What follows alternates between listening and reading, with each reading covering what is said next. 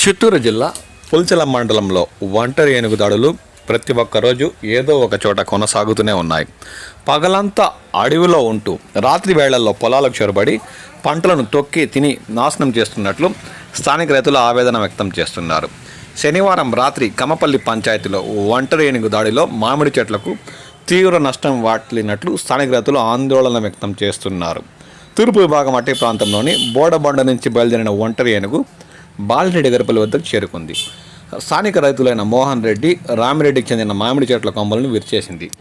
Drip పైపులను ధ్వంసం చేసింది. అక్కడి నుంచి దేవలంపేట పంచాయతీ గెండేవారిపల్లి సమీపాన్ని చేరుకుని స్థానిక రైతులైన శేఖర్, సురేంద్రకు చెందిన మామిడి చెట్ల కొమ్మలను విరిచేసిన ఒంటరి ఏనుగు తిరిగి అడవి ముఖం పట్టినట్లు వారు పేర్కొన్నారు. మార్గం మధ్యలో పలువురు రైతుల మామిడి చెట్ల కొమ్మలు విరుచుకుంటూ అడవిలోకి చేరుకున్నట్లు వారు ఆవేదన వ్యక్తం చేశారు. ఆదివారం రేంజర్ థామస్ సుకుమార్, ఎఫ్ఎస్ఓ మహమ్మద్ షఫీ, ఎఫ్బీఓల కృష్ణమూర్తి, మధుసూదన్ ఒంటరి ఏనుగు దాడుల ధ్వంసమైన పంటలను పరిశీలించారు. ఎలకమానుపేంట సమీపంలో మామిడి తోటలు సంచరిస్తున్న ఒంటరి ఏనుగును డ్రోన్ కెమెరాలతో అధికారులు గుర్తించారు. ఒంటరి ఏనుగును చూసి టపాకాలు పేలుస్తూ శబ్దాలు చేయడంతో ఏనుగు అడవిలోకి వెళ్ళింది. ఆదివారం పగలంతా ఎలుకమనపేంట సమీపంలోనే ఒంటరి ఏనుగు సంచరించినట్లు సిబ్బంది తెలిపారు. మామిడి తోటల్లో ఒంటరి ఏనుగు చెట్ల కొమ్మలను విరిచి పూతను సైతం రాలుస్తుండడంతో తీవ్ర నష్టం జరుగుతుందని స్థానిక రైతులు ఆందోళన వ్యక్తం చేస్తున్నారు.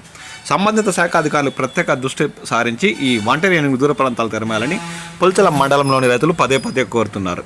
అంతేకాక రాష్ట్ర ప్రభుత్వం నుండి ఆర్థిక సహాయం కూడా అందేలా చూడాలని ఈ సందర్భంగా అటవీ శాఖ అధికారులను పుల్చల మండలంలోని రైతులు కోరుతున్నారు.